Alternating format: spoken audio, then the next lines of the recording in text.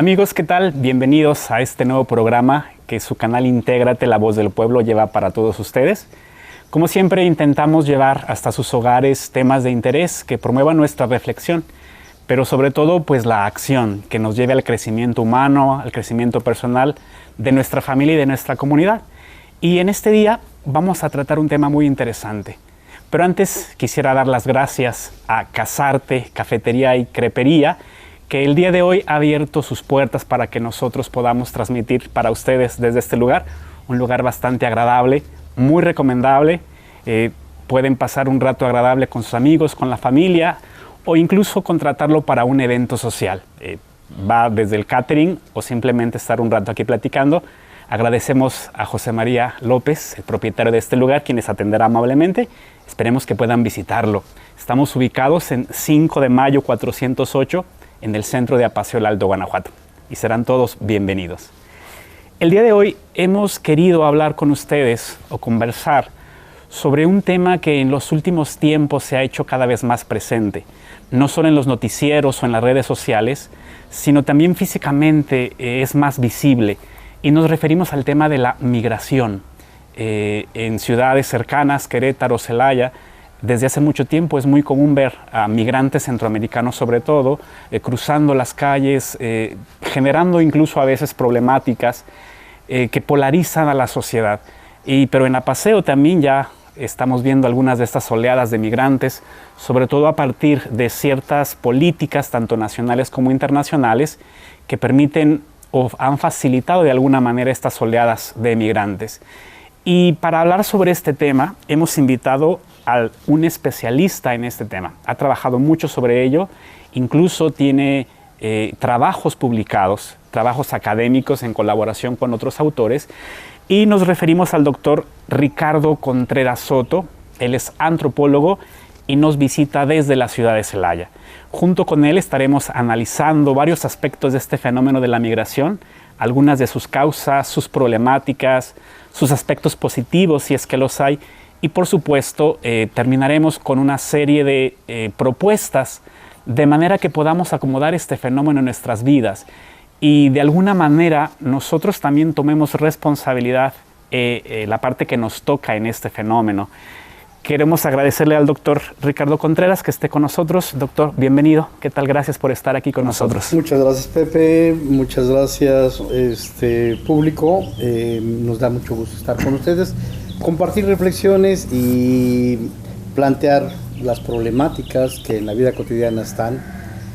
Y bueno, pues ahora tiene que ver el problema de la migración, lo vamos a abordar. He trabajado 10 años. El problema de migración lo suspendí antes del 2011, un poquito antes del 2011, después del 2011, 2009, cuando estuvo lo de los avionazos. Y luego giré hacia la pobreza, pero bueno, vamos a platicar del fenómeno migratorio.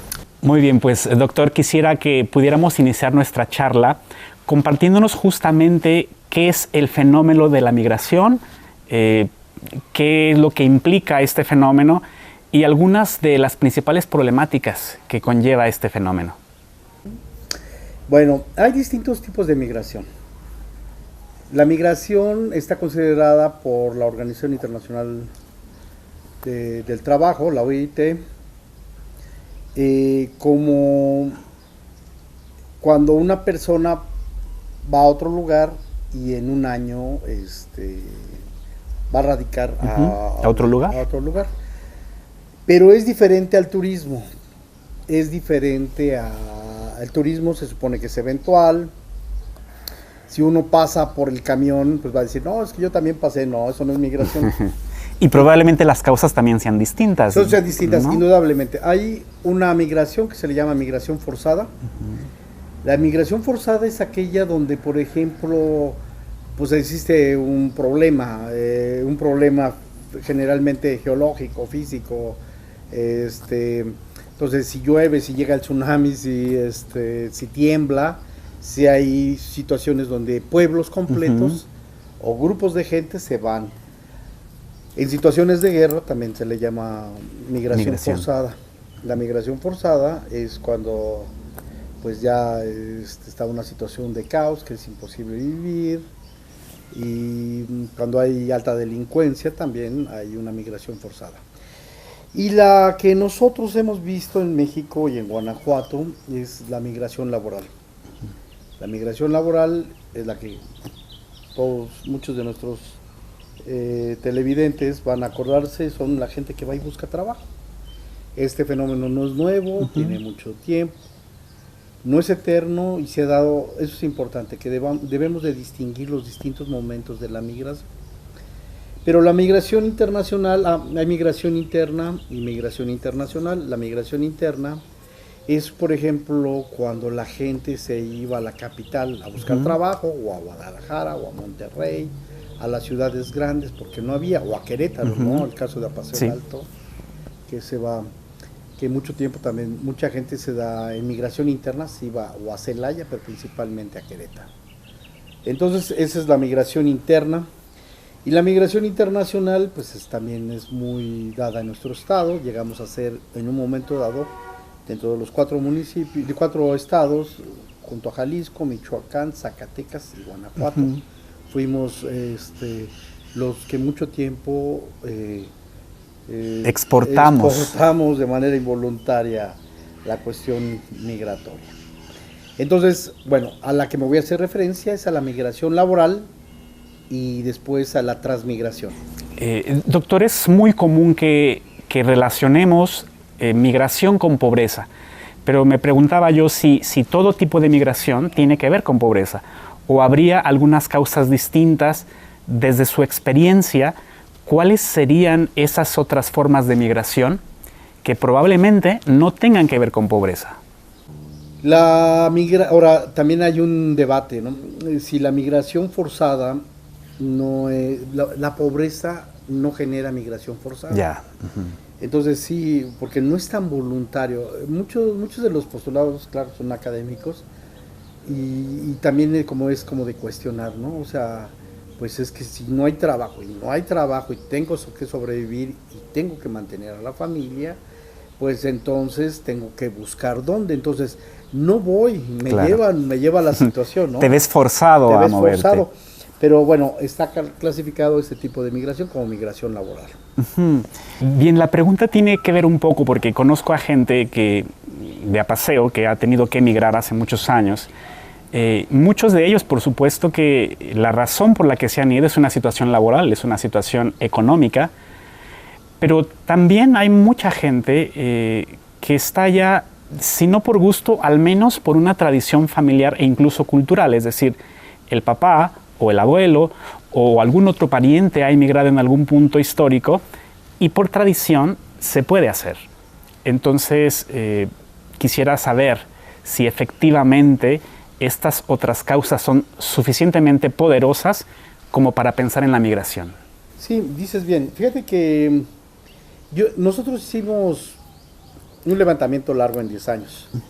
Entrevistamos a 1,264 personas, o sea, es un montón de trabajo, porque no solamente es entrevistarles, es capturar, es ver el testimonio y después agrupar, bueno, todas las cuestiones de investigación.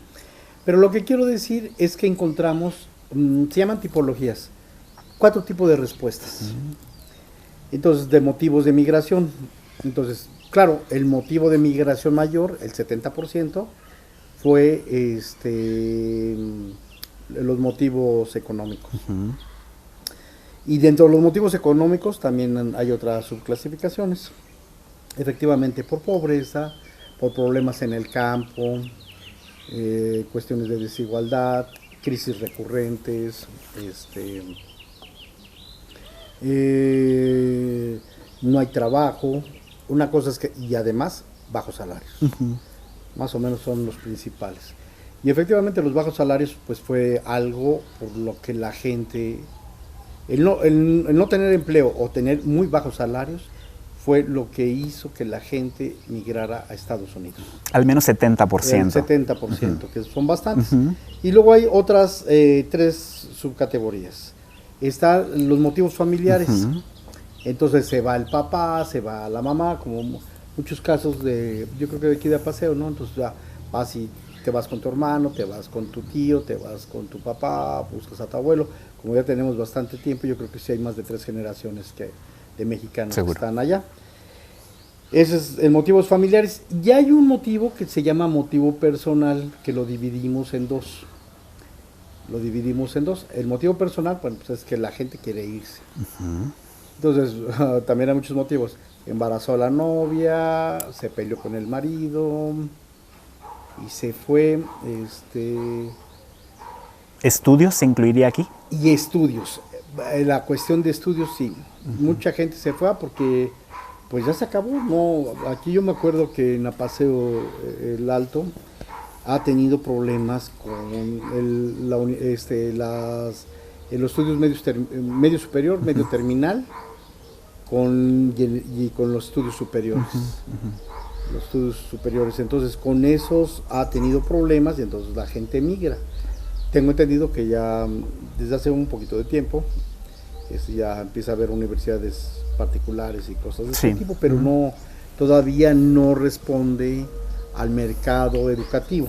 Bueno, entonces, y hay otro que es motivos de placer, y esa no la tenía Inés y me dio mucho gusto porque... ¿Y qué es motivos de placer? Bueno, pues motivos de placer, fíjense que es muy interesante esta subcategoría de motivos personales. Esta subcategoría la reconstruimos porque llega el momento en que no hay nada que hacer en la comunidad rural, no hay nada que hacer en la ciudad urbana. Sí. No hay nada que hacer, ya se acabó. Lo que sigue es que te cases, que estés panzón, que tengas hijos y ya se acabó la vida, así, se acabó, ya nomás te dedicas a mantener niños y esto, lo otro, una infidelidad, cosas de ese tipo, pero no hay, o sea, esa es la dinámica, pero no hay más allá, no hay donde sigas estudiando, donde generes una perspectiva profesional. Sí hay, bueno, sí hay de oficio, pero no hay profesional, etcétera. Entonces, esto de motivos de placer, porque no hay un proyecto en México, esa es la crítica que hacíamos en su momento, civilizatorio, cultural, que permita recrear y formarse a la gente. Y recrear es importante. Mucha gente decía, ¿sabes qué? Yo me voy. Oye, pero es que va a estar cortando pollos en la línea de producción allá en Estados Unidos. No me importa, o sea, yo nomás con que cambie. Un cambio el esquema. Y es muy interesante porque también encontramos que a partir como del 85 las mujeres empiezan a hacer esa dinámica de romper la vida cotidiana de sus lugares de origen, para empezar a ver cosas distintas, ¿no? Entonces, en el papel de los imaginarios es fundamental, porque imagínate, ¿no? Después, bueno, quiero decir, nuestra cultura es muy rica y muy bonita, pero cuando cambia y ves un mall grandote y ves otras formas de comer, hay comidas orientales, hay comida árabe, hay comida china, hay comida, entonces, mexicana, etcétera. Entonces se empieza a ver... apreciar, aun cuando los migrantes no andan como vacacionistas en la calle. Sí, claro. Muchas de las cuestiones que radican en los migrantes desde hace tiempo es el cuasi confinamiento, que es estar encerrados, porque si no llega la migra y se los lleva. Entonces esa es la dinámica que encontramos nosotros con los motivos de migración. Y en realidad no todo el tiempo fue la necesidad económica, que era el discurso, la necesidad, ¿no? No solamente era la necesidad, sino que también encontramos que hubo gente hubo migración recurrentes que iban iban una vez, regresaban, iban otra vez, regresaban. En Guanajuato, en un momento dado y histórico con Estados Unidos, teníamos algo que se llamaba... se llama migración circular o migración golondrina. Entonces, enero, febrero, marzo, abril, octubre, noviembre, diciembre, enero, febrero, marzo, estaban aquí en México los migrantes. Y después se iban, a partir de marzo hasta aproximadamente octubre, se iban a Estados Unidos a cultivar, porque en esa época pues estaban las nieves, las lluvias y todo lo demás, entonces no había para cultivar. Y eso era mucho de nuestros campesinos mexicanos, esta forma de vida. Entonces iban, traían dinero, regresan. Pero a partir de la Simpson-Rodino y que se empieza a criminalizar la migración, entonces empieza a haber problemas muy fuertes. Déjenme decirles, fíjense que antes pues había gente que era coyote, estoy pensando en Juventino Rosas, había familias que eran coyotes y los llevaban desde aquí, pero los trataban bien, los llevaban, los ponían allí al otro lado, los cruzaban, a veces los cruzaban de manera irregular, que después se llamó ilegal, pero era irregular, y se cambió cuando se criminalizó, se llama, y entonces se fueron y bien, todo bien, pero no, cuando se empieza a criminalizar la migración, cambian los actores sociales. Estos actores dejaron de existir, o no sé si terminaron en el bote, pero no. Era gente de confianza que le pagabas el boleto. Sí. Casi era como un tour, digamos. Sí, uno pagaba su paquete para que te pusieran en Estados Unidos. Claro, no todo el tiempo que decir que era bonanza y todo era utopía. No, si había cosas muy raras que son importantes que las tomemos en cuenta. Había casos donde la gente se la llevaban y llegaban a los lugares donde iban a trabajar, los obligaban a trabajar y tenían que pagar el boleto de ida. Entonces, en un capítulo que tenemos, bueno, déjenme platicarles. Estos son 2 libros que hicimos. Primero los muestro el ancho y luego les muestro. Es el tomo 1 y el tomo 2 sobre migración. En realidad son 6 libros. Son motivos de migración, proceso de circulación de la mercancía migrante. Lo que estoy platicando ahorita es el proceso de circulación de la mercancía migrante. Los problemas de la religión. ¿Qué pasa? Bueno, pues en México predominantemente las cuestiones somos católicos, ¿no? Catolicismo. El catolicismo predomina, pero no, también hay otras religiones y entonces hubo shocks culturales donde la gente convive con otras religiones, de las más variadas. O sea, por ejemplo, la protestante no es una, son bastantes.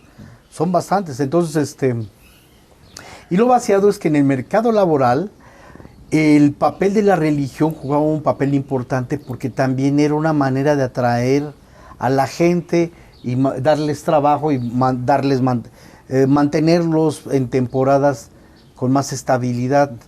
De hecho, fungieron muchas religiones, testigos de Jehová, cuáqueros, etcétera, para poder retener a los migrantes. ¿Y qué pasaba ahí en ese capítulo? Fue muy interesante porque lo que veíamos era cómo cambia el esquema mental cuando se vuelven de una religión a otra.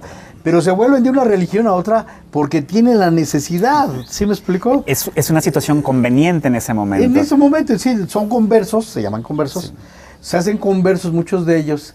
Y está muy interesante porque es toda una lucha simbólica de las religiones al interno del mercado laboral que experimentan los migrantes mexicanos. Este es otro. Y tengo otro libro que es el de mi tesis doctoral, que es la percepción de la alteridad. Es cómo nos llevamos con los alemanes, con los brasileños. Claro, de la A a la Z, ¿no? Todos. Entonces, y logramos, para la tesis doctoral, ubicarlos con quién nos llevamos mejor, con quién nos llevamos peor. Pero cuando haces un análisis contextual, no es que sean, por ejemplo, con los hondureños, los guatemaltecos, los salvadoreños, decían ellos que somos gachos, dicen, los mexicanos son gachos. Y es que pasan por el país, y déjenme decirles, antes de que empezaran estas medidas fuertes, ya la policía de inmigración los agarraba y los torsionaba. Los agarraba y les quitaba su dinero. ¿Se me explicó? Sí. Mucho antes. Entonces, eso lo generalizan y dicen, no, es que los mexicanos... Todos. Y en el mercado laboral, pues estábamos con ellos, con los hondureños, con los salvadoreños, con los guatemaltecos. En el campo nos peleábamos la plaza, por llamarlo así. Bien, entonces sí, bueno, no quiere decir que todos estaban peleados con nosotros. No, hubo quien se portó genial, hubo quien se portó muy bien y todo lo demás. Pero también, fíjate que es interesante, por ejemplo, con la gente, con los afroamericanos. Con los afroamericanos predomina que nos llevamos mal. Sí hubo cuates que eran, de muchos casos, logramos hacer una aproximación y la percepción general que tuvo la gente sobre esa experiencia. Son las experiencias que hay en torno a la migración. Y bueno, yo iba a platicar un poquito también del rollo de los imaginarios, porque también me estoy pensando en esta gente, en los guatemaltecos, hondureños, salvadoreños, que tú llegas y tú tienes un modo de vida, de ver las casitas, de ver las relaciones y todo. Y llegan a Estados Unidos y se impactan y empiezan a ver otras formas. Sin embargo, tienen la necesidad de trabajar muy fuertemente en Estados Unidos la gente de México. Entonces, la cuestión es dura, pero también empieza a despertar otras maneras de pensar. Por ejemplo, en la comida, las primeras veces que iban los migrantes, pues sí, comían para satisfacer, o sea, Claro. para llenarse. Pero en medida que pasa el tiempo, empiezan a decodificar experiencias que ya seleccionaban posteriormente, comer bien, degustar. Entre llenarse y degustar, decodificar la comida, decir, me gusta la comida oriental, me gusta la comida árabe, me gusta la comida japonesa, etcétera. Es un proceso que sucede y que también tiene que ver con, en medida que también ganaban un poquito más. Entonces, esa es una de las cuestiones. Bueno, el mercado laboral no se abre para todos, no, requiere de ciertos conocimientos. Entonces, aquí hubo gente de campo que se iba a trabajar allá, le pagan una bicoca, pero tiene experiencia. Sí les gustaba mucho los trabajadores del campo, a los patrones. A los patrones de Estados Unidos que trabajan en campo, porque les cobran barato, son altamente explotables y Muy aguantadores. aguantan y además saben. Y saben trabajar y los traen, pero... Bueno, pero ese es el sector primario, que es agricultura, ganadería, silvicultura, piscicultura, pesca. Pesca casi no tenemos una cultura de pesca, mucho, salvo los de la orilla, las costas, pero no es mucho. Sin embargo, en el sector secundario y en el sector secundario y en el sector terciario sí tenías que tener ciertos conocimientos, ciertas habilidades. Entonces, esto lo digo porque eso se llama cualificación, donde la gente se prepara académicamente y a través de capacitaciones y demás para poder ejercer un trabajo. Y a veces el trabajo no es que sepas cortar o que sepas, sino que tengas que hacer todas las operaciones mentales para poder realizar esa actividad. Bueno, a esa gente era bienvenida, porque ya las preparamos. A mí me tocó ver gente que tenía el título de arquitecto, pasa a ser como un auxiliar de arquitectura, hacía unos planos geniales y le pagaban no mucho, bueno, pero le pagaban mejor. Entonces hay una pirámide de conocimiento en el mundo laboral. Entonces, mientras más cualificado estés, puedes tener mayor aceptación. Y por eso Trump, el presidente Trump de Estados Unidos, llegó un momento en que decía, no, es que viene mucha gente sin preparación. Y cierto, también había mucha gente que iba sin preparación, pero déjame decirte, mucha de esta gente, bueno, algunos mexicanos, indudablemente, o una gran masa de mexicanos, pero no era la mayoría. Todos. Porque, déjame decirse, en crisis recurrentes sí llegamos a detectar que se iban gente que tenía muy cualificados. Pero como no hay trabajo aquí, y como tuvimos la crisis del 76, 82, 84, 94, 96, 98, 2002, 2001, 2000, 2004, o sea, son más de 10 crisis, más de 13 crisis recurrentes que hemos tenido. Entonces, pues sí, la gente llega un momento en que se desespera y se va. Aun cuando estaba un poquito cerrada la frontera, se vino a cerrar más con la Simpson-Rodino, ya lo dije, cuando se vino a criminalizar. Y entonces, eso sucede. Pero bueno, ¿por qué lo señalo ahorita? Y es muy importante. Con Trump ha cambiado mucha de la dinámica. Nosotros estamos preocupados porque se reconocieran a nuestros trabajadores, porque tuvieran trato justo, por prepararlos. También hay gente que negoció lucro. ¿Sí? Fox, Calderón, Fox, Calderón, lucraron con los migrantes porque les interesaba las remesas. Empiezan a ver que las remesas juegan un papel muy importante en la vida cotidiana. Hay organizaciones de migrantes, generalmente de los distintos municipios en Estados Unidos. Hay clubs. Y pues empieza a haber un trabajo donde pues vengan, aquí hacemos el 3x1. Claro, lo aplican, lo aplicaron. Ahí fue Fox y otras gentes, principalmente, los que empiezan a jugar con las remesas, y las remesas llegó a ser en México el cuarto ingreso mayor en un momento determinado. Entonces, pero no se trataba de eso, no se trataba de que se manejaran las remesas. Bueno, y también hay por ahí fraudes de remesas y fraudes anteriores de las remesas, ¿no? Porque también se manejaron y se prometieron y se utilizaron, mal utilizaron las cosas. Bueno, entonces, la remesa era un recurso muy importante. Sí hay gente que lo vinculó muy bien a la comunidad, hizo proyectos productivos. Estoy pensando en Michoacán, y a veces, fíjense qué curioso, tuvo que haber sido el padre o alguien así, bueno, que no manipulaba y que se supone que tiene, entre comillas, que tiene una legitimidad. Una moralidad distinta incluso. Sí, una moralidad puesta a prueba. Y entonces hubo gente, sobre todo padres, que impulsaron proyectos productivos donde que la gallina, que las granjas, para las mamás que se quedaban a chambear y para complementar, para que no se vayan. Y eso es interesante, que hay que pensar la migración con políticas de retención de la gente. ¿Cómo podemos generar trabajo? Nosotros en un momento dado, fíjate que lo dejé lo dejé tentativamente, el estudio migratorio, porque llegó un momento en que yo decía, pues yo no le puedo estar pidiendo a Estados Unidos que haga lo que nosotros tenemos que hacer. Claro, respeto a mis hermanos laborales y todo lo demás, y no le echo la culpa, le estoy pensando más en el gobierno. Entonces yo dije, no, pues mejor me clavo a ver la pobreza y qué podemos hacer con relación a la pobreza, cuáles son las alternativas para generar condiciones, empleo, romper con la alta corrupción y con la desigualdad que hay en este país. Entonces, fundamentalmente eso es importante, ¿no? A veces sí tenemos que apelar. El sistema mundial es donde esto no se da nada más en México y en Estados Unidos, esto se da en todo el mundo. Entonces hay flujos a Europa, de los turcos, de africanos, no se diga, sí, de África hay bastante. Y entonces ya ahorita coincide, llegó el momento en que pararon.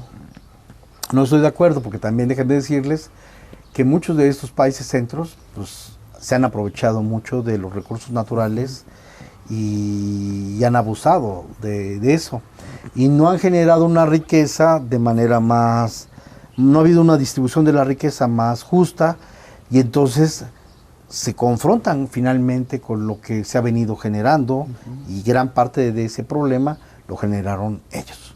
Estados Unidos, los países europeos y demás. Entonces, ahorita cambió las reglas de juego con Trump. Estábamos nosotros en el esquema migratorio donde pues apelábamos a nuestros conciudadanos los trataran bien, que tuvieran buen papel. Y entonces, desde Obama dijeron, ya no los queremos. Entonces dijimos, bueno, pues vamos a hacerlo cíclico, pero no hay que hacerlo agresivo. Entonces hicieron otro tipo de residencia para no mantenerlo.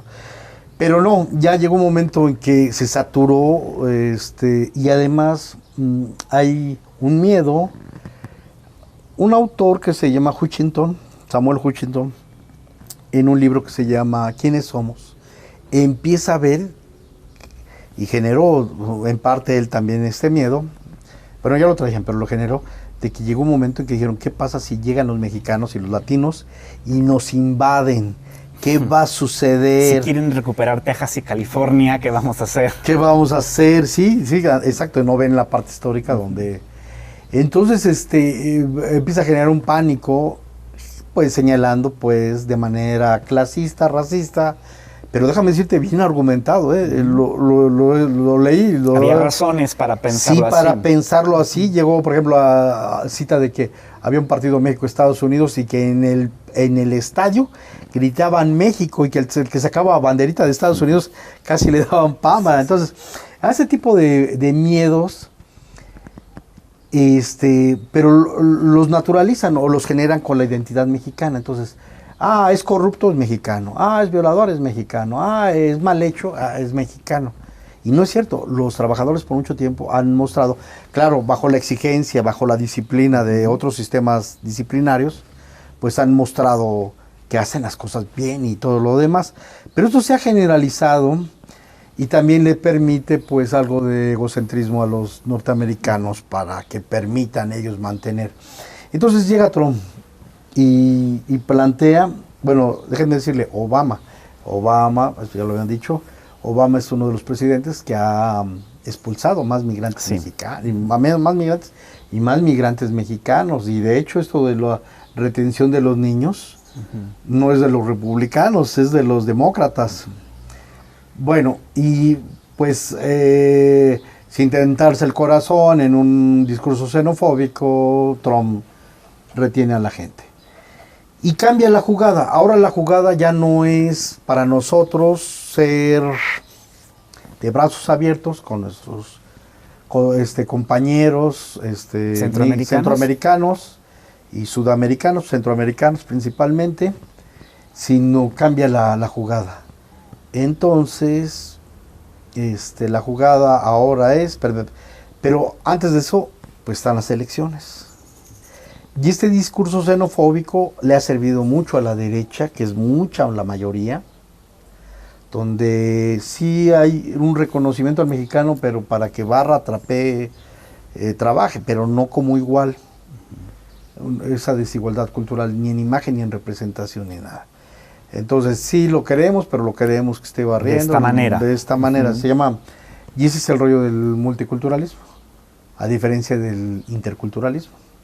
El multiculturalismo, sí te reconozco, pero tú eres el que pintas, tú eres el que barras, tú eres la chacha, sí te reconozco. Bueno, y esa es la política del reconocimiento político, la desigualdad entre las culturas. No hay otra manera de pensarnos, no hay otra manera donde los mexicanos puedan desarrollar y compartir y ser iguales. Y en el sistema mundial, ¿no? También, esto no nomás generó. Y es lo que ha generado pues mucha desigualdad y demasiada discriminación con nuestros contemporáneos. Y también el juego de muchos de los gobernadores que le hacen al güerito, ¿no? Que pues, son güeritos y se acercan y también desdeñando en este juego de, bueno, no estoy tan prieto, entonces estoy en la escala a nivel de la mitad o a un cuarto o más cerca. Me parezco un poco más a aquellos del norte. Sí, soy, ándale, ¿no? Sí te hablo inglés, conozco tu sistema. Hay quien incluso estudió en los Estados Unidos, Sí, por eso la distinción, ¿no? Es importante saber otros idiomas y el inglés, indudablemente, pero a veces estos criterios de mercado lingüístico se utilizan más para la desigualdad. O la discriminación también. Que para conocer culturalmente, como se señala, ¿no? Para la discriminación. Bueno, entonces cambia la jugada. Ahora Trump nos lleva a la esquina y nos dice, ¿sabes qué? Te vuelves en el tercer país seguro. ¿Qué es el tercer país seguro? El tercer país seguro es un lugar, podemos verlo así como, bueno, voy a dar así un lugar donde se hace un procedimiento, mientras se llevan los trámites en Estados Unidos, aquí se hace la recepción de los migrantes y se les da condiciones de vida, alimentos, hospedajes, derechos humanos y demás. Trabajo y salud. Trabajo y salud, los contiene aquí, mientras les dice si son aceptados o no son aceptados en Estados Unidos. Esto se hace en Turquía, pero en Turquía les dan dinero al país por parte del ACNUR, de asociaciones internacionales de los países receptores, de Alemania, etcétera, les dan. Aquí Estados Unidos sí quiere que seamos el tercer país seguro, pero no... Sin subsidiar, sin nada, poder aportar nada para mantenerlos. Es nuestra obligación y no lo ha hecho de mala manera, no esa obligación. Pero fíjate que yo también estaba pensando, claro, me indigna esta situación que pasa en México y todo lo más, la manera como nos tratan mal. Políticamente, muchos de los neoliberales han hecho que nos sigan tratando mal porque se han puesto no dignos, sino han sido sumisos ante... Claro, no se trata de pelearse con un bravucón y con un gigante, porque nos va mal, pero sí buscar mantener una relación sana, una relación distante. Es difícil, yo lo sé, o sea, me pongo a pensar y es difícil. Pero fíjate que también la otra vez estaba pensando, en el tomo, creo que en el tomo 2, empezamos a encontrar cosas que son, en el proceso de circulación de mercancía migrante, en el tomo 1. Pero en el tomo 2 empezamos a ver que hay algo que alentaba a los mexicanos a irse a Estados Unidos, el sueño americano. ¿Qué es el sueño americano? El sueño americano, en el imaginario, el sueño americano clásico es tener una casa, tener un Cadillac o un carro, tener un refrigerador, tener una televisión, tener un empleo. Ese era el sueño americano clásico para los americanos. Y efectivamente para nosotros jugó un papel muy importante irnos a Estados Unidos. Claro, o sea, ganabas 10 veces más o 13 veces más de lo que ganabas aquí. Entonces en un año, pues la gente se iba y decía, voy a hacer mi casa. No, te quedas a trabajar aquí, pues no la haces nunca. Tardas muchísimo, compras el terreno y todo, y allá te ibas y pum, comprabas el terreno. Te ibas en una temporada y comprabas el ladrillo, comprabas la varilla y al último el cemento y órale, vamos. Y con vuelta a mano empezabas a trabajar y todo, y ya tenías la casa. Esto no pasa en México, entonces aquí tenemos un problema muy fuerte. Ya lo había señalado en otro lugar, es importante la cuestión del salario. Porque de verdad está demasiado castigado para nosotros. ¿Cómo es posible que el mismo trabajo lo hagas en Estados Unidos y te paguen más de 10 veces el trabajo que tú realizas? Por eso motivaba mucho la migración. Entonces, parte del sueño americano es que en poco tiempo podías hacer un patrimonio para tu familia, garantizar los estudios de tus hijos, etcétera, etcétera. Un proyecto emprendedor. Claro, también hay casos y ejemplos de migrantes que se fueron y regresaron peor igual. los borrachines, los descuidados, los que tuvieron dos familias, 3 familias, pues se iba la lana, Pero no, hubo quien sí se aplicó y es un tema muy interesante. En el tomo 2 platiqué de los sistemas disciplinarios. Cómo llegan los migrantes y se autodisciplinan y tienen 2 trabajos, fíjate, generalmente. Y se ponen, voy a decir una grosería, bueno, una chinga, se paraban unas chingas, pero fuertes. Entonces en la mañana trabajaban en la industria y en la tarde estaban en la cafetería o hacían overtime, o sea, tiempo doble, y terminaban. Y entonces cuando descansaban, por eso venían aquí a México. Sí, pues regresaban y se emborrachaban todo, pero lo que quiero decir es que optimizaban mucho su recurso. Y el análisis fue más allá, no nomás nos quedamos en la narrativa, sino veíamos que, por ejemplo, si tú haces overtime, o sea, tiempo, y el promedio que encontramos era más de 10 horas de trabajo. Entonces, le está robando al sueño, le está robando a la limpieza, le está robando a la recreación. Sí. Entonces, lo compactas el tiempo, por eso se llama el sistema disciplinario, el autosistema disciplinario, y entonces tienes medido casi como cuando vas caminando y vas barriendo con la cola, vas moviendo la escoba, ¿no? En esta imagen graciosa, pero eso pasaba con los sistemas disciplinarios, y claro, eso enferma también a la gente en un momento determinado, ¿no? Pero eso sucedía, o sea, el sistema disciplinario que agarraban los trabajadores. Pero también encontramos las formas de explotación a través de los sistemas disciplinarios. Entonces, el confinamiento era importante porque abarataba la mano de obra. mantenerlos encerrados juntos. No, sino juntos, bueno, sí juntos porque se optimizaba la renta. Sí, había casos donde, y efectivamente buscaban a veces, cuando venían puros hombres, o sea, decían, pues vamos a juntarnos para optimizar. Luego ya la dinámica es que se enojaban porque el que agarraba el refrigerador de más y cosas de ese tipo. Bueno, esas son de las cosas que sucedieron y que encontramos en la investigación. La investigación es muy rica porque pusimos los testimonios. No habla nada más, la narración las hacen las mil y tantas gentes y van platicando en torno a ello. Bueno, entonces yo digo, ¿sabes qué? Que no estuvo tan mal, por un lado, porque fíjense que estaba hablando del sueño americano. Sí. El sueño americano, como despierta, y tú dices, oye, el sueño americano. El sueño americano, más o menos, ¿qué significaba aquí? Pues empleo, buenos salarios, lana. ¿Y saben qué? Carros. Y ¿sabes qué? Una morrita con la donde me voy a casar. Entonces, eso era lo que trabajaba. Bueno, se dan cuenta y tratan de romper el sueño americano. Tratan de cambiarle el sentido, de desalentarlo, esa es la palabra, de desalentar el sueño americano. Y entonces empiezan a haber cosas terribles, ¿no? Desde crímenes, donde dejaban a la gente encerrada en un camión y se desgarraba para salir. Entonces ese tipo de cosas, o que se volteaba el tren, la bestia, cosas de ese tipo que desalientan. Y sí, efectivamente, había muertes masivas.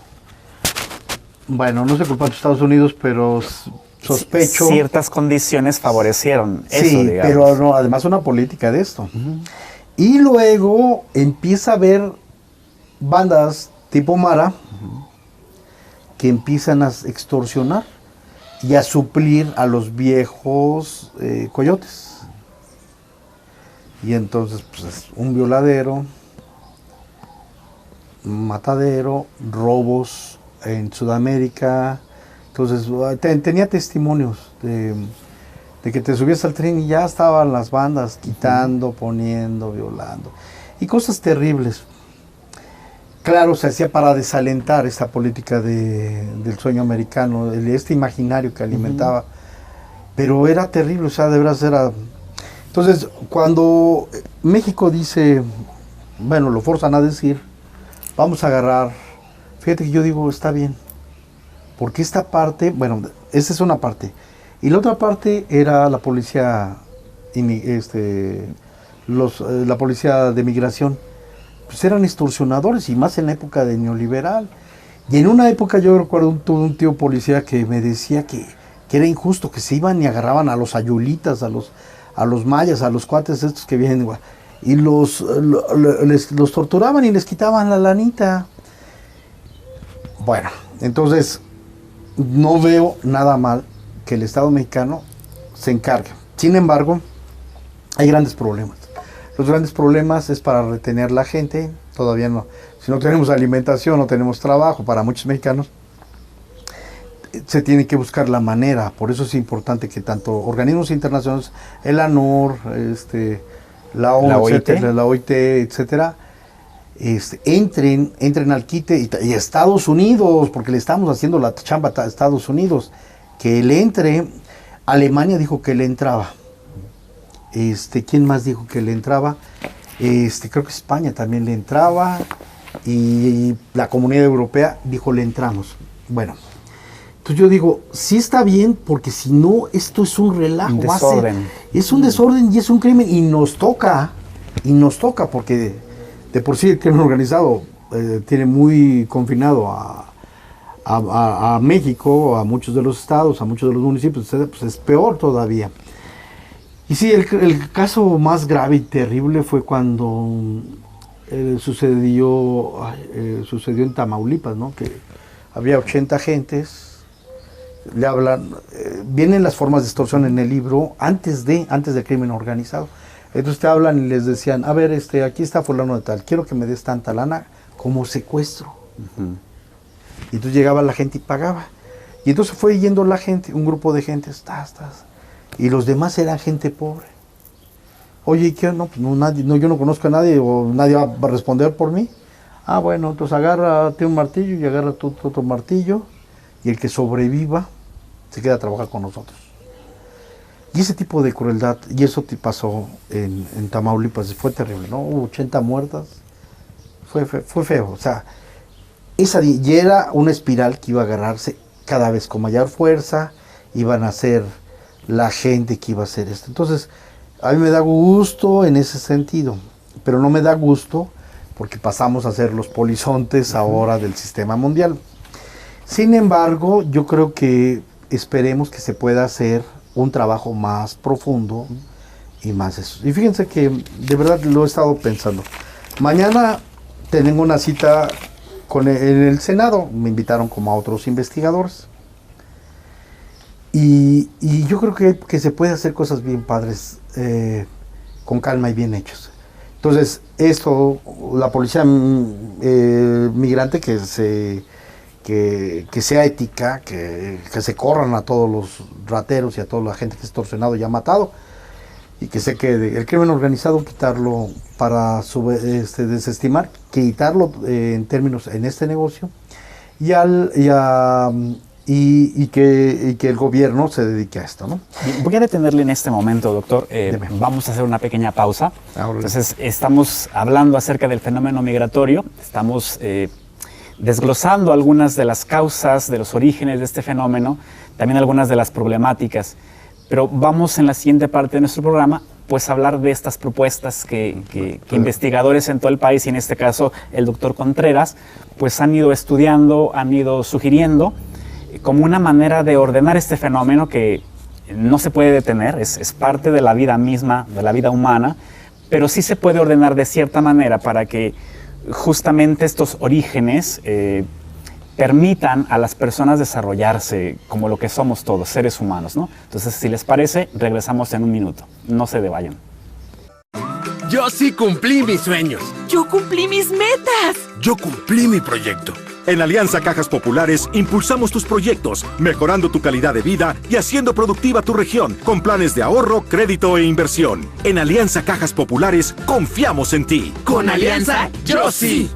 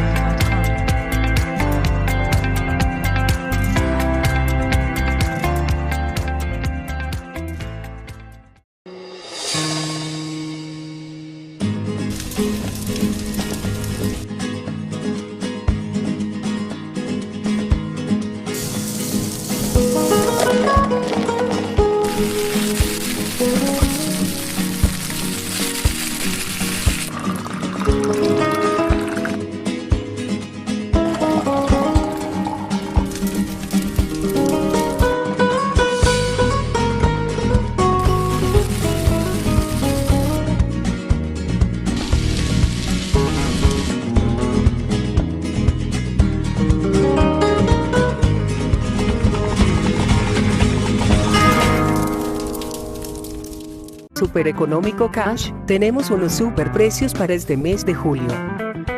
Para que puedas celebrar en grande, con tu familia y amigos, este cierre de clases, tenemos unos super precios en todos los productos para tu fiesta de graduación. Refrescos, desechables, servilletas, botanas y un delicioso mole. Estamos en calle Venustiano Carranza número 104, en el centro. Muchas gracias, amigos, por continuar con nosotros. Les recuerdo que estamos transmitiendo desde Casarte, cafetería y crepería ubicada en 5 de mayo 408 aquí en Apacio el Alto, y que es atendido por su propietario José María López. Ojalá que se den la oportunidad de darse una vuelta, un lugar muy agradable que nos ha abierto las puertas en este día para platicar sobre el fenómeno de la migración. Está con nosotros el doctor Ricardo Contreras, antropólogo, y nos está dando una visión acerca de este fenómeno complejísimo. Por eso pasamos de lo local a lo nacional y a lo internacional. Todo está tan relacionado con este fenómeno y está en todas partes que es necesario hacer estos cortes de pronto. Nos ha estado hablando acerca de lo que es la migración, las causas de la migración, las problemáticas que esto conlleva, pero también de las partes positivas que este fenómeno tiene. Y bueno, en esta segunda parte de nuestro programa estaremos hablando de algunas propuestas, de algunas situaciones en las que tenemos que pensar y en las que tenemos que trabajar, pues para que este fenómeno sea un fenómeno ordenado, que tenga más beneficios que perjuicios y que precisamente permita una movilidad más libre y que finalmente este fenómeno de la migración pues tenga como resultado final pues el desarrollo del ser humano en todas sus potencialidades. Y quisiéramos saber si eso es posible. Doctor, ¿qué nos puede platicar sobre esto? Pues sí, fíjense que sí está dura la cuestión. Sí está dura, pero miren, hay unas gentes que son ejemplares.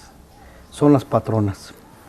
Las patronas son este grupo de mujeres que le dan comida a los migrantes que pasan en el tren.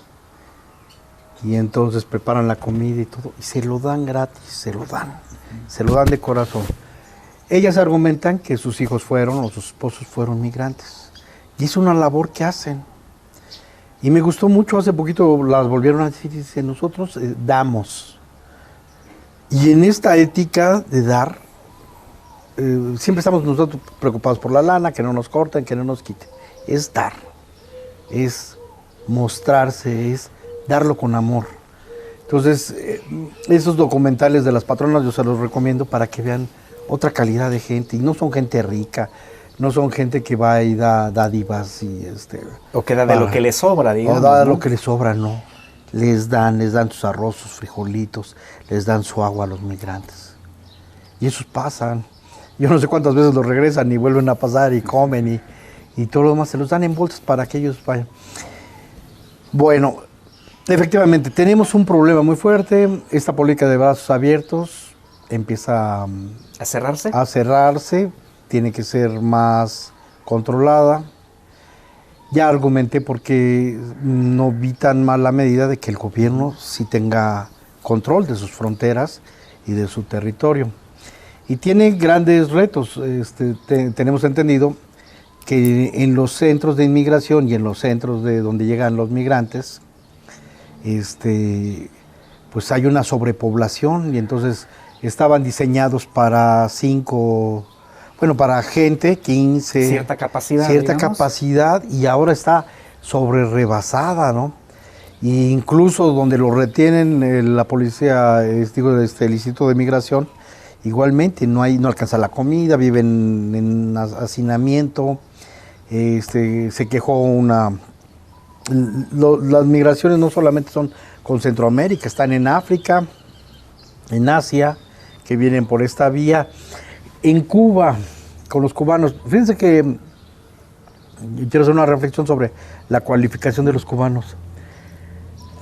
Es toda una perspectiva. Ahorita hablé como si todos los migrantes fueran buenos y hablé porque tienen la necesidad, porque somos humanos, porque debemos estar pensando en las cosas. Pero sí también estaba viendo testimonios donde la gente no quería México, no quiere México, hasta te dicen, yo no quiero México, pues lo sentimos porque pasan por aquí y ahora pues en este nuevo rol pues tienen que entrarle a esta cuestión. Los cubanos traen un imaginario donde ellos se ven así, donde van a ir a vivir en Estados Unidos, en Miami, en grandes carros se ven, van a estar bien vestidos y demás. Déjame decir, los cubanos, el promedio de educación es mucho mayor, entonces es gente cualificada. Pero no sé si toda la gente que vaya con afán de trabajar. Como saben de muchas historias de cubanos exitosos que cantan, bailan, son vedettes, etcétera. Entonces, más bien dicho, por ahí traen pues el imaginario, ¿no? Y no sé qué tan bueno sea eso, pero bueno, eso no. Claro, a mis hermanos cubanos les deseamos que les vaya muy bien, pero es otro canal, traen otro canal muy diferente a los hondureños, guatemaltecos, salvadoreños, beliceños. Bueno, ahora, no cambia la política, pero sí tenemos que ver los respetos humanos y tenemos que ver que organismos internacionales supervisen la manera que trabajamos. Estados Unidos debe de mocharse con el dinero para poder dar recursos. Y también, habíamos platicado que la ONU es fundamental. Sin embargo, el rol de Estados Unidos, ahora me voy al sistema mundial, el rol de Estados Unidos no ha sido muy grato. O sea, Estados Unidos con Trump quiso cambiar, junto con Inglaterra, el papel, déjenme platicarles, a nivel del sistema mundial. El Brexit es la salida de Inglaterra de la Unión Europea. Pero ellos decían, ya no queremos estar en la Unión Europea porque nosotros somos los que subsidiamos a los turcos, somos los que subsidiamos a los españoles, somos a los que subsidiamos a los portugueses. Ya les dimos dinero para la formación, ya les dimos dinero para su plan estratégico, ya les dimos dinero y nada, no hemos visto gran cosa de lo que prometía la Unión Europea. Así es que yo prefiero, dicen ellos, nos vamos por la libre y los recursos, y ya no vamos a estar mal distribuyendo nuestros recursos. Eso lo dice, a grosso modo, Inglaterra. Pero pasa algo, fíjense, que este rollo del neoliberalismo, el rollo del neoliberalismo es en un momento histórico, después de con Margaret Thatcher y con el presidente de Estados Unidos, ahorita les digo cómo se llama este actor, Ronald Reagan, sale y rompe porque se colapsa el mundo soviético, el mundo socialista, y dicen, de aquí para allá va a ser esta la mecánica. Y se organizan instituciones, el Fondo Monetario ya estaba instituido, pues viene a tomar un papel estratégico el Fondo Monetario Internacional, el Banco Mundial, el Banco Interamericano, y la OMC, la Organización Mundial del Comercio. Juegan un papel muy importante, que determinan hasta lo educativo. Sí. Y tú dices, ¿qué anda haciendo aquí esto? No, pues te dicen qué es lo que debes de hacer y qué nos hace modernos, y viene todo un esquema ideológico de formas de pensar que hay con el neoliberalismo. Bueno, y empiezan a hacer jugarretas, estrategias para repartirse las cosas en el sistema mundial. Entonces los beneficiados, pues España, Francia, Inglaterra, Estados Unidos. Bueno, Trump llega y les dice a la Unión Europea, que son los principales, junto con Japón, que son dice, Estados Unidos ha sido el policía del mundo. Y nosotros los hemos defendido contra el antiguo bloque soviético y lo demás. Pero ustedes no nos han dado nada. Y es momento que nos empiecen a dar. Entonces lo que estaba planteando Trump era un capitalismo imperio rentista. Le tenían que pagar. Pagar una renta. Sí, pagar sus rentas. Entonces aranceles, rentas, para que le convenga a ellos, sigan investigando sobre la parte bélica, controlen el mundo, tengan a los ahora rusos controladitos y demás. Eso fue lo que dijo. Y Trump es toda una figura, como lo fue Reagan, en distinto momento histórico, pero eso es lo que querían, una figura de un empresario racio, que sabe todas las mañas para negociar, cómo aprieta y demás. Bueno, y empieza con los aranceles y con China, y truena con Huawei. Truena porque Huawei sí estuvo trabajando estrategias para ir supliendo piezas de su teléfono. Y truena con los aranceles porque le aplican también los chinos aranceles a Estados Unidos. Truena también, castiga a la India. La India había sido fiel con Estados Unidos comercialmente. Compraba y hacía partes de software, les vendía muy bien, había una muy buena relación, y los castiga, les da un castigo ejemplar. Trump, y órale. Y con los de la URSS ya lo habían tronado, los había dividido, la Unión de Repúblicas Socialistas Soviéticas quedó fragmentada. Todo. Bueno, pues Trump, siendo un presidente muy autoritario, sin embargo, ha permitido fortalecer a la misma Rusia. Y entonces ya empezaba a coquetearse Rusia con China. Y la India, como quedó desprotegida, dijo, no, pues yo. Y entonces, ahora en esta reunión de los 20, forman el bloque India, China y Rusia. Mole, segundo, tercer golpe muy fuerte. Perdió tierra. Inmediatamente, curiosamente, Israel hace la paz con Palestina y ya dijo que ya no va a haber bloqueos y ya no va a haber bombas, intercambio de bombas y todo eso. Y tú dices, entonces, esto es efecto del otro. Y claro, Venezuela, pues en Venezuela se daba ya por perdida Venezuela, pero entró China y entró la URSS y pararon. Y en un momento no tardaba en establecerse la Tercera Guerra Mundial y no se pudo. Bueno, ahí Trump fue prudente, según esto cuentan, que fue prudente porque sí vio dos o tres veces que la posibilidad ya de que se explotara esto, pero no, lleva las de perder. Alemania está sumamente enojado con Estados Unidos. Ha sido un patán Trump con la presidenta de... Y a estrenar, yo voy para allá. Si ya tienes tu tarjeta Alianza, ¿qué esperas? Todas las compras que hagas con tu tarjeta del 16 al 19 de noviembre participan en el sorteo Buen Fin 2018. Los ganadores recibirán el reembolso de sus compras hechas de cómo está el escenario. Pero también está cambiando el escenario. No podemos cantar victoria. Nada puede cantar, porque somos el vecino de Estados Unidos. Bueno, entonces, hay posibilidades de 06. Trabajemos con los chinos, de que trabajemos con algunas cosas con los rusos. Se está filtrando por la vía económica, no, muchas de las cuestiones económicas con China. En Perú tienen inversiones, el caso de los chinos, en Brasil tienen inversiones, en Argentina tienen inversiones. Con Bolsonaro, que es un fascista, tienen inversiones los chinos.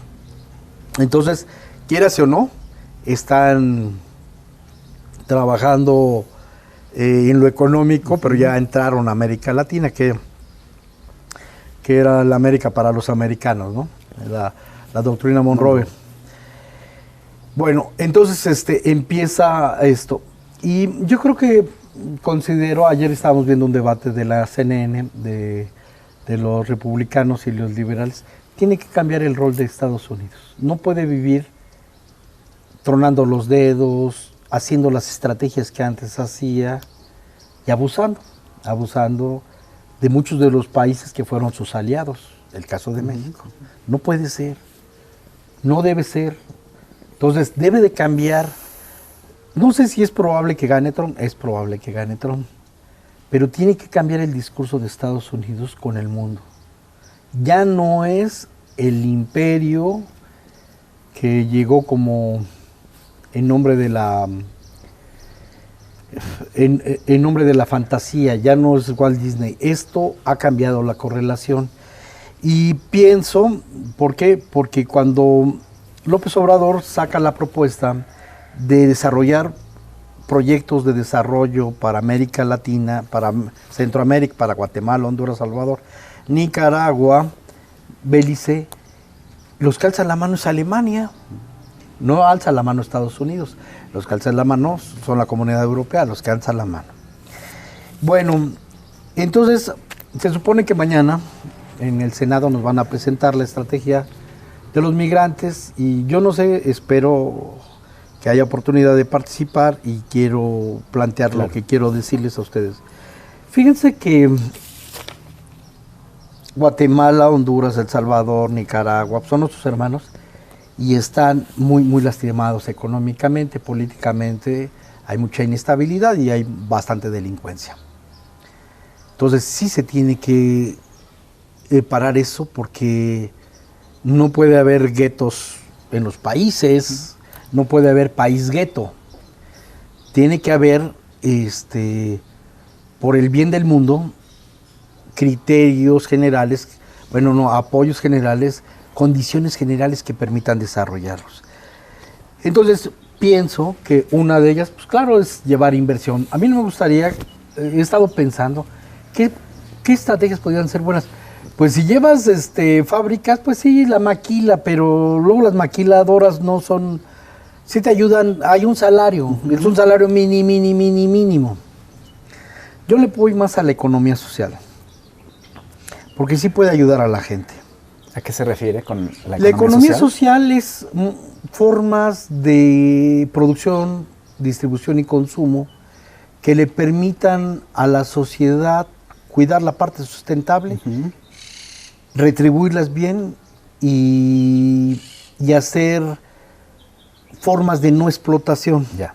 No, claro, suena muy fantasioso esto, pero es muy elemental. Miren, muchas de las comunidades, estaba viendo en Guatemala. En Guatemala tienen un mercado que se llama el mercado de Chichicastenango. Chichicastenango se llama el pueblo. El pueblo, que es muy bonito y que hay mucha producción. Entonces, si América Central no consume Bayer, no consume Monsantos, y permiten hacer toda esta región producción sustentable para el mundo, las condiciones están bien. Pero que sea eso, que sea sustentable, que no esté contaminada, que no depreden la naturaleza. Que no depreden la producción intensiva, no depreden la naturaleza. Y este mercado está lleno de colores de jitomates y demás. Yo pienso que por lo menos todos estos mercados, que son producidos por grupos indígenas mayas, la mayoría, pueden abastecer el mercado del turismo, tanto los comercios como los hoteles, como los restaurantes. Entonces, si realmente quieren ayudar, se puede ayudar. No se modifica nada. ¿Sí? La segunda es impulsar los proyectos turísticos, que son, entre ellos juega un papel muy importante. En el caso de Bélice es el primer fuente de ingresos, el turismo. El turismo. Y en el caso es el tercero o el cuarto industria que genera recursos. Entonces la industria hotelera juega un papel muy importante. Pero ahí sí yo apelar que no sea el Marriott, que no es, este tipo de consorcios, las cadenas turísticas, que lo único que hacen un turismo evasivo, que los encierran. Entonces tú ves las playas paradisíacas, estás encerrado, tomas las bebidas, consumes, pero nunca interactúas con la gente de ahí. No vas a ver los pájaros, no vas a ver la naturaleza. Entonces sí es importante otro tipo de proyecto de economía social que impulse la sustentabilidad, pero que impulse que la gente que vive ahí pueda vivir de eso, de la industria, ¿no? Mira, está el Tren Maya. Está en debate para que no altere la naturaleza y todo lo demás. Estaba viendo que se pueden hacer en un momento dado, por ejemplo, donde esté la selva fuerte, se puede pasar por arriba el tren. Sí lo han hecho. Sí lo han hecho en otros países, se puede hacer, indudablemente. Ese Tren Maya puede llegar a la zona maya. Y déjenme decirles, en Guatemala está Tikal, Yaxha, el Mirador. Son grandes, y hay más, son grandes pirámides. Tikal es una de las pirámides más hermosas mayas, pero están del lado de Ecuador. De Guatemala. De Guatemala, perdón, están del lado de Guatemala. Entonces es fundamental que se impulse este proyecto para que puedan hacerlo, ¿no? En Honduras está Copán. Copán es otra de las ciudades que tienen proyecto Maya. En El Salvador está la Joya del Serén, Tuzmal y San Andrés, que podrían ayudar a esto. Y Y en Belice está el caracol, está el tunja y está Chunautunich, que trabajan. Todos hablan español, esa es una ventaja, excepto Belice. Pero déjame decirte, en Belice el 62.9% habla inglés, que es el idioma oficial. Sí, al haber sido colonia británica, bueno, el idioma inglés es el que se impuso en un momento histórico, ¿no? Pero también déjenme decirles que se habla el 56.6%, o sea, son bilingües. Mucha de la población es bilingüe y habla español. 56.6%. Perfecto. Fíjate que he estado viendo lo de la identidad con la identidad norteamericana y efectivamente las partes culturales juegan un papel muy importante, el idioma. Hay una matriz que es hispana que también puede ser aprovechada y es necesario construir, redignificar el papel, no solamente hacer infraestructura y todo, y ahí muere, no. Tenemos que visualizar un llamado, una identidad, una forma de representarnos como centroamericanos, donde aspire a un nuevo orden social, lo sustentable, las buenas relaciones y todo lo demás. La economía está fundamentalmente dado en la agricultura. Entonces está el café, el azúcar, el algodón, las hortalizas, está la parte pesquera en Guatemala. En Honduras está el café, el azúcar, los textiles juegan un papel muy importante. Pero no queremos a Sara, no queremos a Carolina Herrera que venga a robarse los diseños. Sino que se queden aquí. Y está el azúcar, el café en El Salvador, el algodón, el maíz y nuevamente los textiles. Entonces empezar a hacer mercados justos. Y yo pienso que con esto sí se puede impulsar. No nada más con la mano de obra barata, como en el Panamá, que entraron muchas gentes y quedó la desigualdad, no.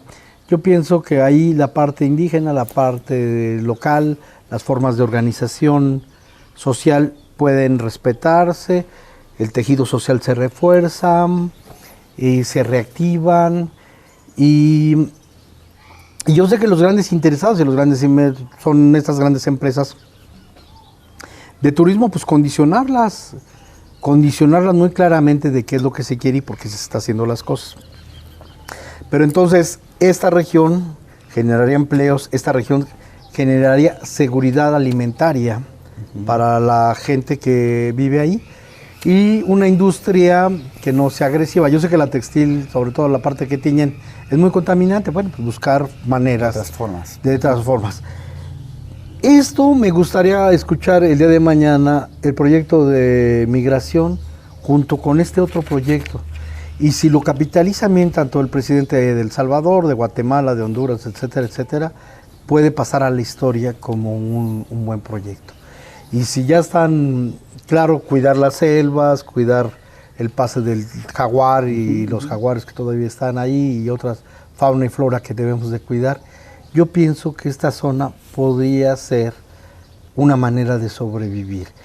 Están las mineras, generalmente Honduras, Salvador, están las mineras, pero ahí están los intereses muy cañones con las industrias transnacionales. No veo ahí que eviten el fracking y ese tipo de cosas y que le den la orientación sustentable, porque es hermoso. De verdad estaba viendo las fotografías de nuestros hermanos sudamericanos, sí. Son paradisíacas, tan hermosas los montes, la sierra, los bosques, los volcanes, las playas, las zonas arqueológicas. Bueno, claro, esto no es utopía, es curioso, ya lo había señalado también López Obrador, la posibilidad, pero yo ahora que lo veo que sí está esa posibilidad, que sí hay una posibilidad para nuestros hermanos centroamericanos y demás. Y buscar, pues claro, políticas de contención de trabajo, de organización y de sentido. Y la organización de sentido tiene que ver con la identidad cultural. Entonces, impulsar la identidad cultural ya no como los salvatruchas, sino otra identidad cultural que permita a los actores dignificarlos y tener perspectivas. Es decir, suplir el sueño americano por un sueño sustentable de la región de Centroamérica. Bueno, pues esto es lo que quería compartirles y espero haber ilustrado por lo menos la imaginación y la solidaridad. Y no se nos olvide nosotros que nosotros fuimos expulsores de migrantes mexicanos. No se les olvide, no se confundan, hay muchas cuestiones, hay mucho ruido, hay mucha distorsión. Entonces yo creo que no, tenemos que ser humanos, tenemos que resolver los problemas de fondo y debemos de cuidar mucho la manera como se plantean las cosas. Y no decir, no, es que ya no, si no resuelve esto, no, ese tipo de ruido no nos conviene. Más bien dicho, qué es lo que vamos a hacer y en qué vamos a apoyar, ¿no? Y claro, aquí sacar el clúster de los muebles de madera. Hay muchas cosas que se pueden hacer en la Paseo del Alto, pero eso es tema de otra plática. De otra conversación, ¿no? Sí. Pues me parece muy interesante todas estas propuestas de cómo hacer, sobre todo esta zona de Centroamérica, pues una zona de desarrollo sustentable, además porque no se impone nada, sino que se aprovecha lo local. Sí. Probablemente tendremos que regresar nuestra mirada a las maneras de producción anteriores a estas épocas, y yo creo que incluso se convertiría como en un ejemplo de nuevo orden para otras zonas del mundo que lo requieren, una especie de campo de experimentación que se puede llevar, exportar incluso a otras zonas, como este cambio de paradigma permitiría el cambio del sueño, cambiar el sueño americano por el sueño propio, el sueño personal, ¿no? Con una idiosincrasia nacional en todo caso, no nacionalista, sino nacional. Muy bien ilustrado, pero también creo que muy esperanzador, ¿no? Es decir, esperemos. Tendríamos que ver que estas propuestas primeramente cambiaran el paradigma de aquellos que tienen la autoridad y el poder para poder hacerlo, ¿no? En colaboración evidentemente con la ciudadanía. Me parece un tema muy interesante y queremos agradecerle realmente, doctor, que se haya tomado el tiempo de venir a platicárnoslo. Seguramente es un tema muy interesante. Creo que a veces nos quedamos mucho como en lo local, ¿no? Como en cómo nos afecta a nosotros, y a veces no vemos cómo esto tiene un contexto mucho más grande, un contexto que a veces tiene más influencia que lo local, ¿no? Me parece entonces que ha venido a ilustrar mucho de este tema. Probablemente cuando veamos las noticias noticias de migración, pues lo podamos ver con otros ojos, con una situación mucho más humana, con mucho más sentido, más que estas personas que vienen a generar violencia o robos, que seguramente hay quien los hay, pero la mayoría vienen por otras razones, ¿no? Entonces, también creo que nuestro propio paradigma, la manera de ver a esos hermanos en necesidad, pues también tendría que cambiar, ¿no? Sí, de acuerdo. Humanos finalmente. Sí, estoy de acuerdo y sí necesitamos replantear muchas cosas. Y fíjate que muchas de las retóricas que manejamos en nuestros imaginarios es de víctima. Entonces, hacen a expensas de nosotros, toman decisiones sin tomar en cuenta. Entonces, ya nomás somos como los residuos de una ola que ya expulsa lo que no quiere el mar o lo que no quiere la tierra. Pero yo pienso que no, que debemos de tomar una parte más activa y sí hacerle ver a Estados Unidos que cambie el rol, sí hacerle ver a nuestras autoridades que puede haber solución. Y yo les pido mucho, como un ejercicio que vale la pena, escuchar a nuestros hermanos, que claro, también van a protestar y van a decir y van a hablar mal de nosotros por muchas cosas que han pasado, pero que tengamos esa disposición de escucha, que podamos entender qué es lo que sucede y que también hay tarea para nosotros para que podamos actuar y resolver en la medida de nuestras posibilidades y no dejar todo al oleaje del tierra y del mar, ¿no? Pues nos quedamos con este mensaje final. Doctor Ricardo Contreras, muchísimas gracias por estar con nosotros, que no sea la primera y última vez. Pues, gracias. Seguiremos invitando. Claro, claro. Y a ustedes, amigos, pues les agradecemos su atención. Esperamos que este tema haya sido de su interés y que estén al pendiente de nuestras siguientes emisiones. Por hoy ha sido todo. Muchas gracias por su atención.